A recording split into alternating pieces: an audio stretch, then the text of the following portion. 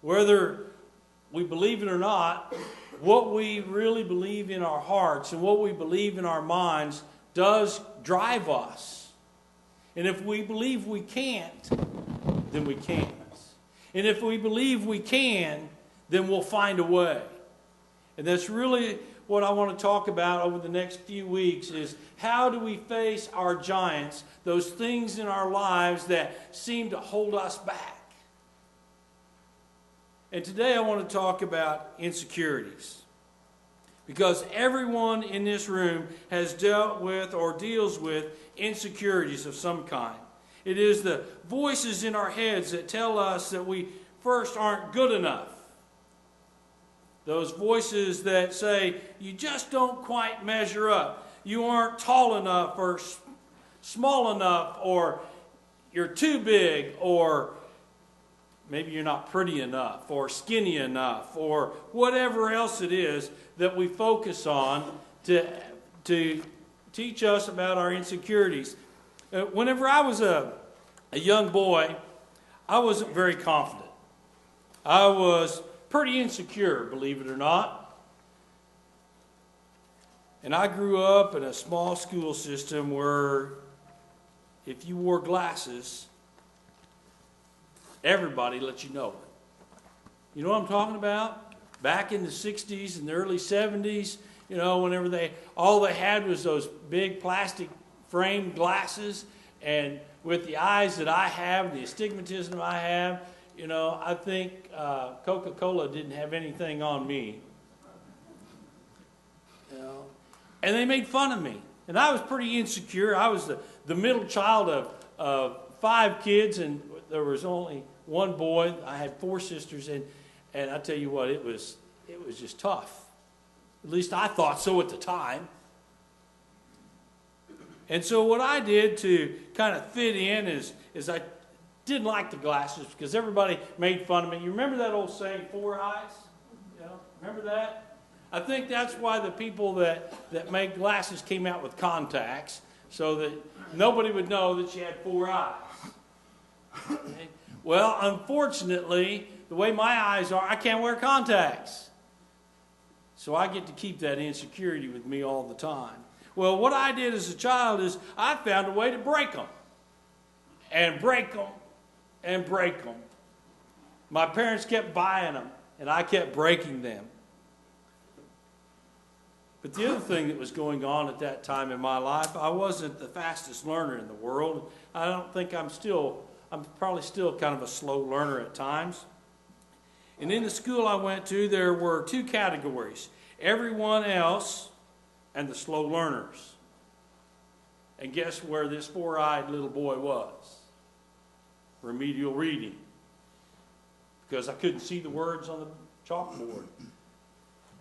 So again, I was categorized as one of those, well, we'll just let you fill in the blank. I didn't have any outstanding gifts when I was in the 3rd, 4th, and 5th grade, other than talking. I was always in trouble for talking. They didn't see that was kind of God's gift for people. As you all know, talking was not one of those things that the teachers liked. How did they know that that's what I was going to be doing for a living? So they didn't enhance my strengths even. They just made me sit over in the corner with my broken glasses as a slow learner because I wasn't sitting in with the rest of the class and couldn't read it anyway. My sisters could sing and they could act and they could get good grades, and none of them had to wear glasses. So the question is, how did I get from there to where I am today? It's because of the Church of Jesus Christ. See, whenever you walked into Faith United Methodist Church in the early 70s, it didn't matter who you were. It didn't matter whether you had on glasses or whether you were tall or short. As a matter of fact, if you walked in and you were under 60, they were happy. And I was only 17, so they were really happy.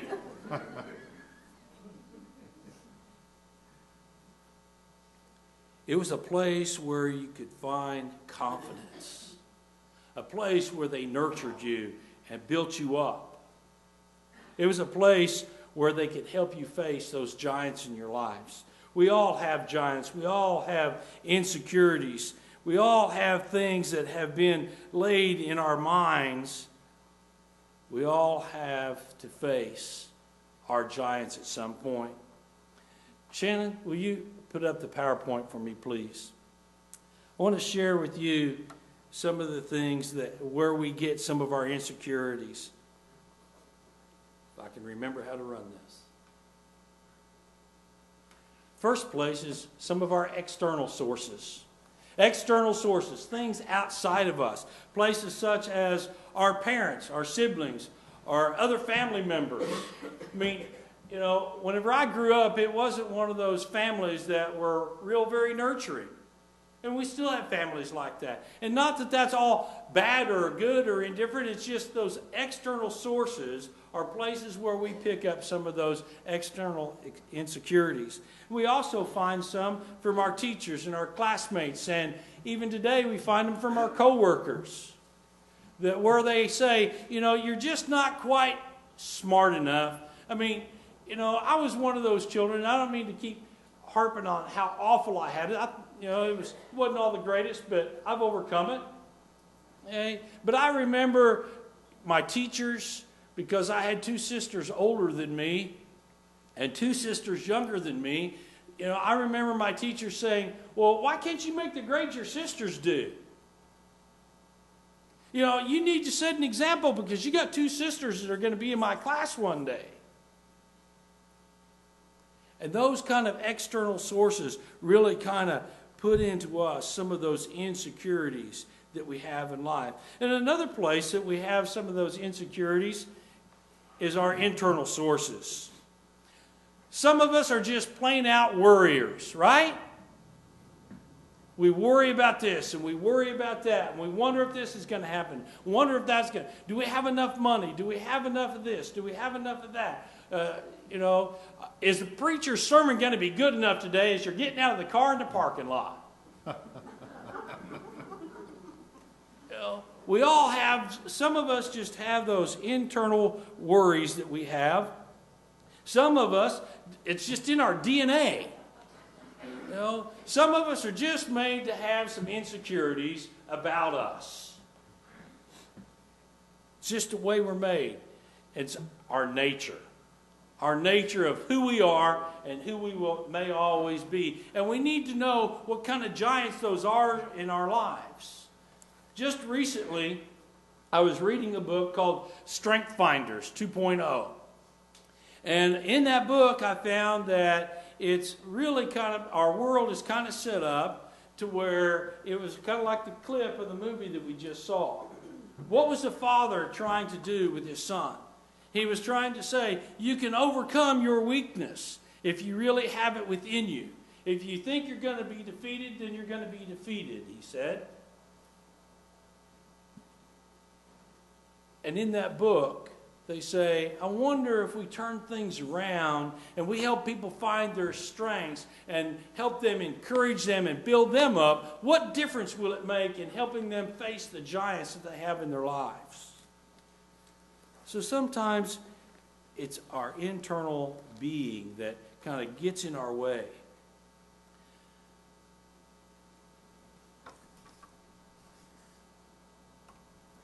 It's not working like it's supposed to. There we go. But over the next course of the next few weeks, we're going to be talking about 4 biblical characters. Okay? The first one is going to be David. And that's the one we're going to be talking about today, King David and some of his insecurities. We're also going to be looking at Jonah, Abraham, and Moses. We're going to be trying to figure out what these guys in the scriptures have to do whenever it came to them and they said, can you really do this?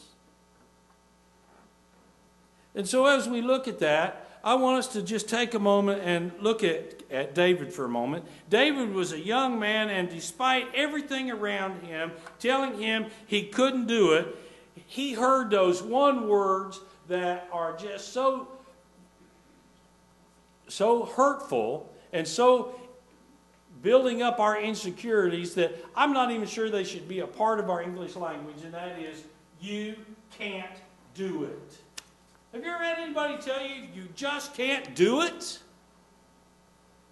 You're just not smart enough. You just don't have the gifts. You know, kind of reminds you of that story of Rudy. Remember that story? How Rudy could, he was just not a good football player at all. But he practiced and he practiced and he practiced on his weaknesses. And he practiced and he practiced. And finally, his senior year, the last play of the game, the team was going to win anyway. The coach finally said, Rudy, go out there and show us what you've got after all these several years of just practice, practice, practice. And what's Rudy do? First play he's in, he sacks the quarterback. And everybody cheers, yay! And he even gets invited to meet President Bill Clinton. I don't know about you, but I've never been invited to meet the president. And how much have I practiced? But you see, Rudy heard those words. You can't do it. I heard those words several times. You can't do it.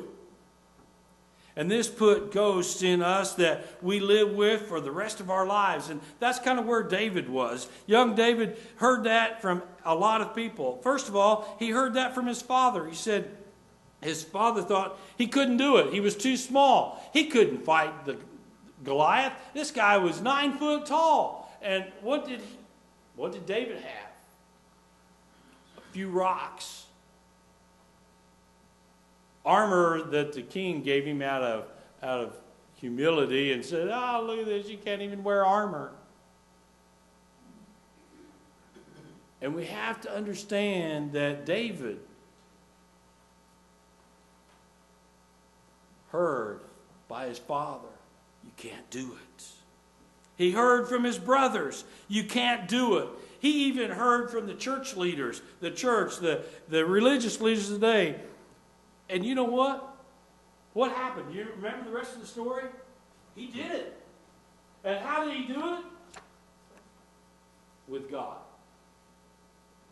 With a slingshot. Now, could David have gone out there and missed? I think he could have. And what would have happened? I think the Bible would have read a little bit different, and it would have been young man who thought he believed couldn't do it. But that's not the story. It was because he believed that he could do it. And I think that's one of the things that we need to be able to do right here at Harper Chapel, and we need to do in every church in the world, and that is that we need to help the youth to find out that they can do it. So often in our world, what do our youth hear? You can't do it. And in some places, they even hear, you're not allowed in that room. You're not allowed in this place, and you're not allowed in that place. Or tell them over and over again, you can't do it. And I think we need to get behind them, and we need to let them know that they can do it. How could David, with all this negative influence, rise above the situation? By the power of God. David's heart was full of God. And I want you to understand that the strong leaders who are not submitted to God are trouble. I really believe that. David was submitted to God. He believed that God would help him do that. And even if you have strong leaders, I'm not sure that they can really do what they need to do unless they're submitted to God. And the same way it is with weak leaders. Weak leaders who are not submitted to God are also trouble. See, it's not about being strong or weak or whether you can or you can't. It's about where are you with God?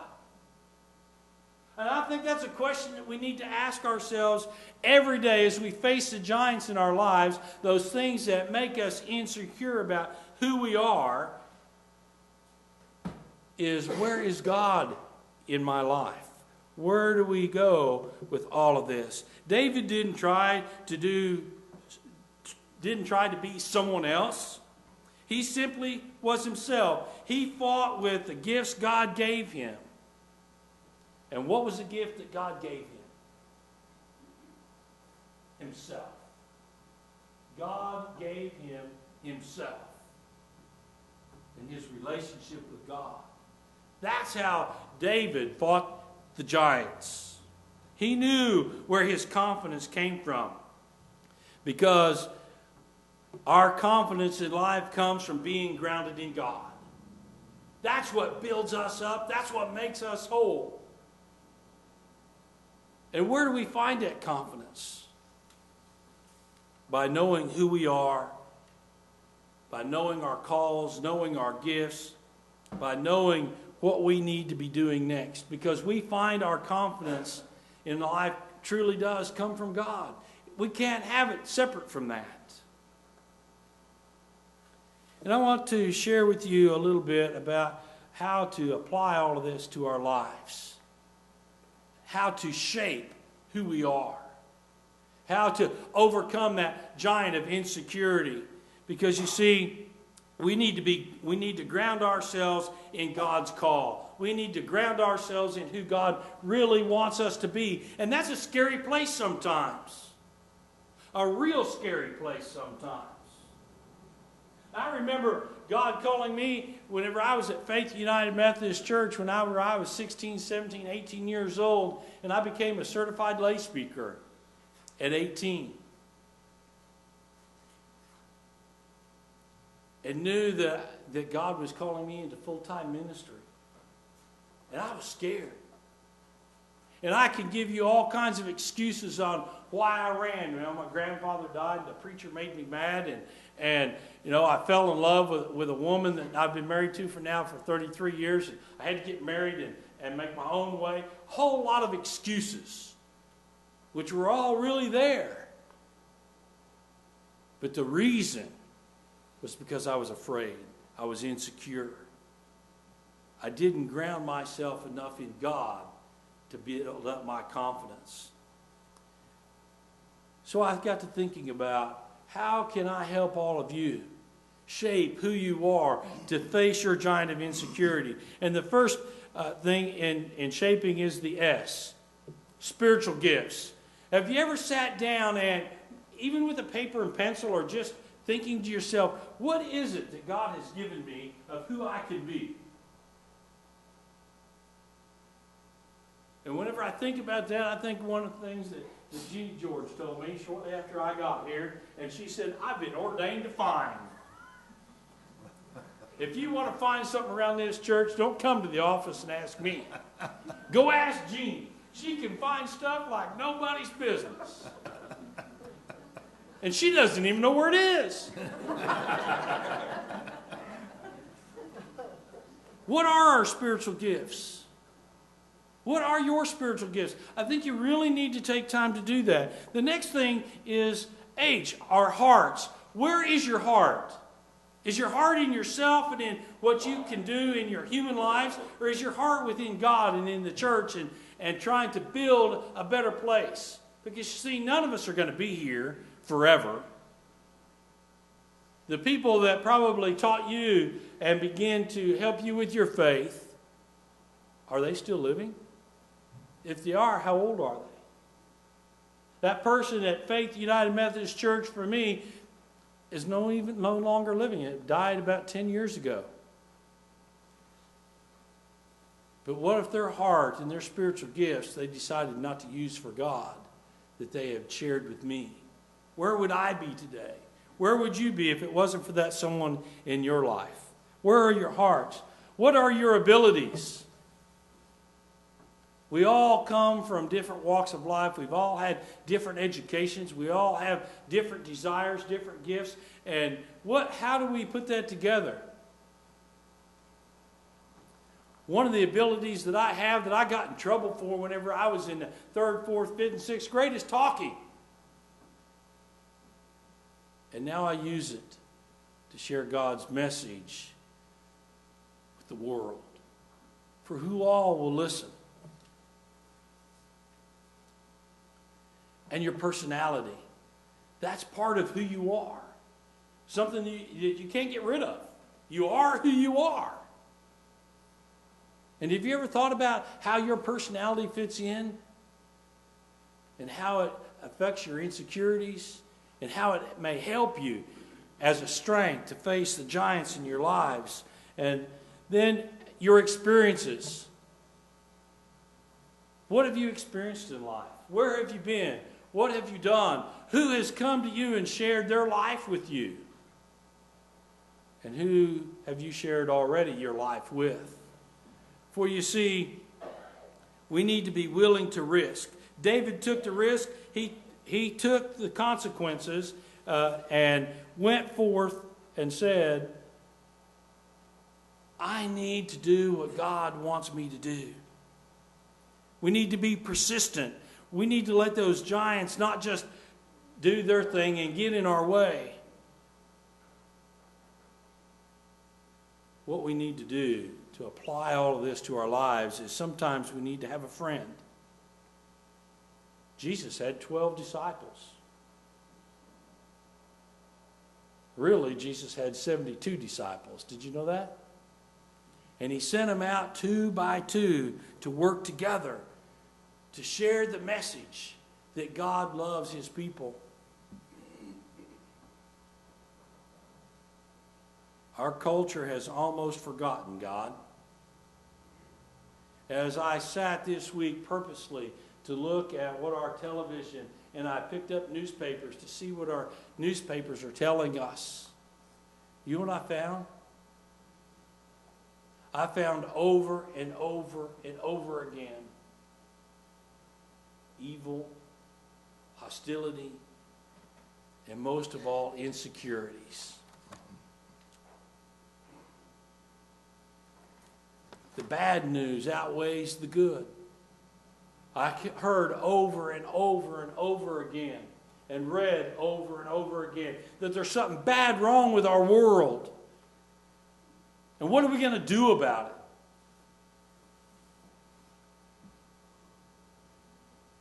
The people in David's time thought that there was something wrong with their world too. And God said, go over into the promised land, and I'm going to help you out. I'm going to give you a better place. And what do? They send in a young boy to fight the giants, who won the battle because he grounded himself and his confidence in God. So I think our lesson for today is to remember this. Our confidence in life comes with us being grounded in God.